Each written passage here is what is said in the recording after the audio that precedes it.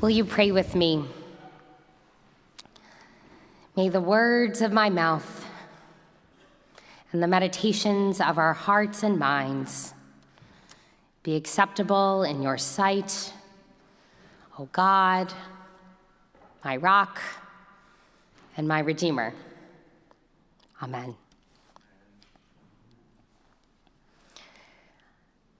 About 10 years ago, I found myself standing outside a railway station on the outskirts of Berlin. We had arrived at the station after driving down a long road.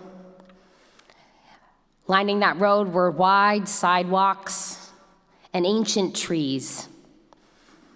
I remember the trees' outstretched branches creating a canopy over the street.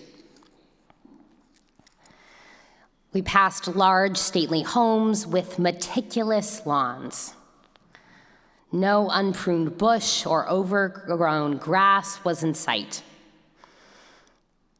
And the train depot was at the end of a cul-de-sac.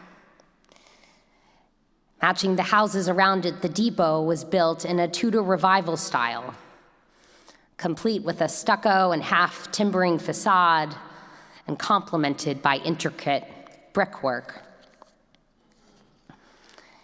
There was a large gold-plated clock perched on the top. And there was not a cloud in sight that morning. And the scene was silent, as if someone pressed the pause button. It reminded me of the calming quiet after a freshly fallen snow. And what particularly struck me was how familiar this place felt. It reminded me of the commuter rail station where my family would drop off and pick up my mom each day during childhood. On October 18th, 1941, it was from that place, a place that felt all too familiar, that the Reich Main Security Office, in junction with the Reich Ministry of Transport, organized a massive deportation of Jews from Berlin to the Lodz ghetto in Poland. It would be the first of 186 deportations that would happen from that train station from 1941 to 1945. And on that day in 1941, local police and SS officers rounded up over 1,200 Jews from a collection camp, the site of which not too long beforehand had been a synagogue. They then marched the men, women, and children 5 miles by foot to that train station.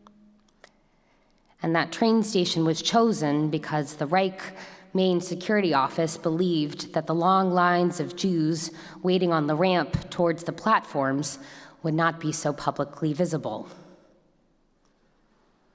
It was also deemed that the well-to-do Berliners living in this posh district were less likely to protest. At first, the trains consisted of passenger cars and were headed to the ghettos in Eastern Europe. Yet by 1942, the Nazis increasingly began to use cattle cars for the deportations, and those trains went directly to Auschwitz-Birkenau and other death camps. Track 17. Number 17 was the track specifically designated for the deportation trains. And by the end in 1945, 50,000 Jews from Berlin had stood on Track 17's platform for deportation. Today, there's a memorial built on the site of Track 17. It's a reconstruction of the loading bay and train platform as it was during that time. And this train station is still in operation. But after World War II, alternative rail lines were built alongside. Now the end of Track 17 is broken. overrun by trees. Trees who almost seem to say, we don't want to see trains here again, ever. And along the edge of the platform are iron grates, 186 in total. And on the edge of each, you will find short inscriptions, a date, number, and location, each indicating the date of the transport, the number of people on board, and the route of the train. October 18th, 1941. 1,251 Jews, Berlin to Luge. July 27th, 1942.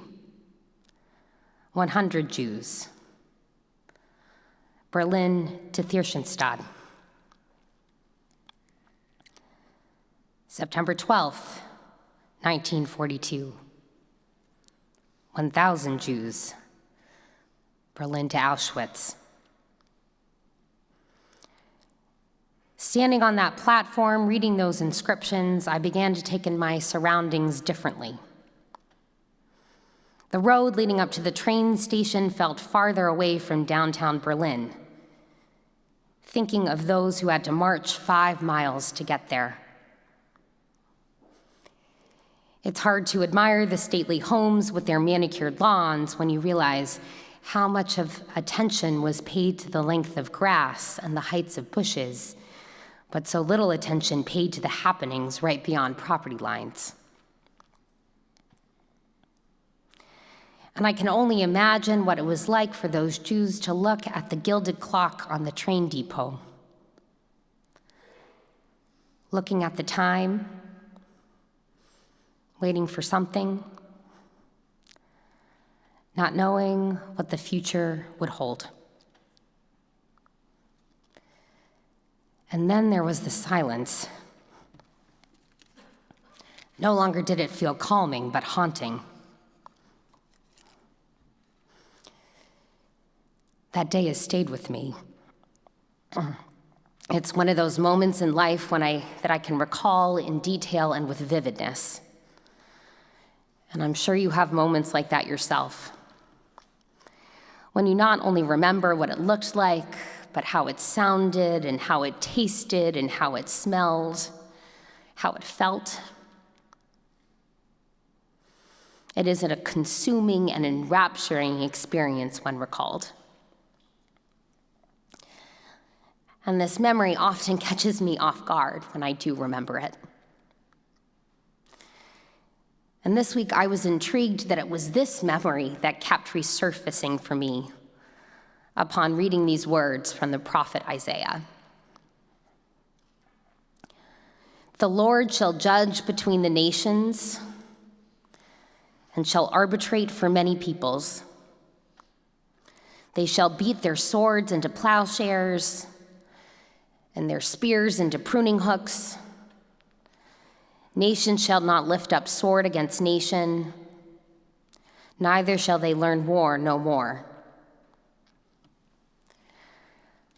Isaiah casts a grand vision for a time when people of all nations, cultures, and races will be drawn to God, and God's justice will reign.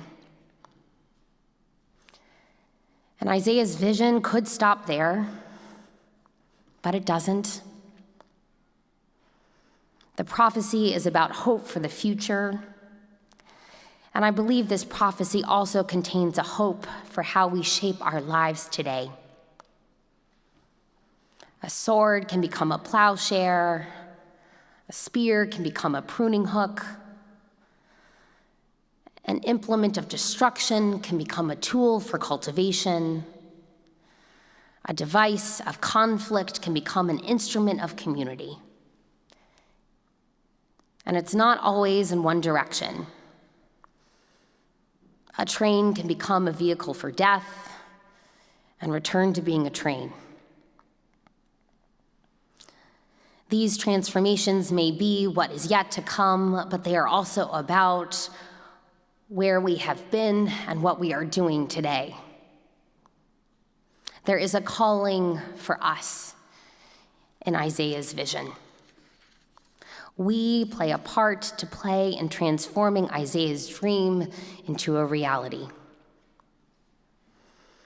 And in these transformations, what matters most is not so much the object itself, but how it is used and towards what end.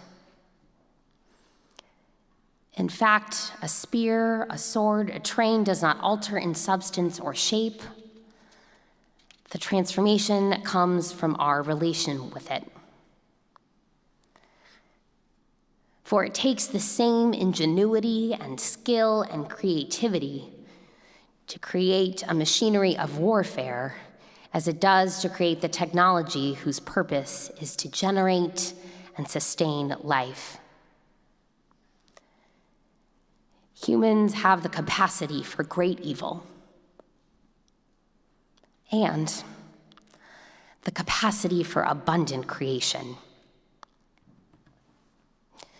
The hoped-for future may belong to God, but God invites us into that formation of that future.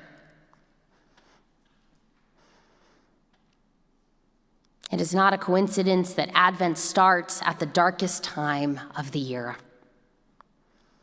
a time when it is so easy for us to feel discouraged. And as I've been speaking with folks in our community, it feels like this might be a particularly dark time, when the light of hope seems dim, when the days are short and the challenges are long. It is precisely now when we most need the promise that is given, the prophecy that holds out for the hope for something better, but also challenges us to be agents in the creation of that future. May it be so.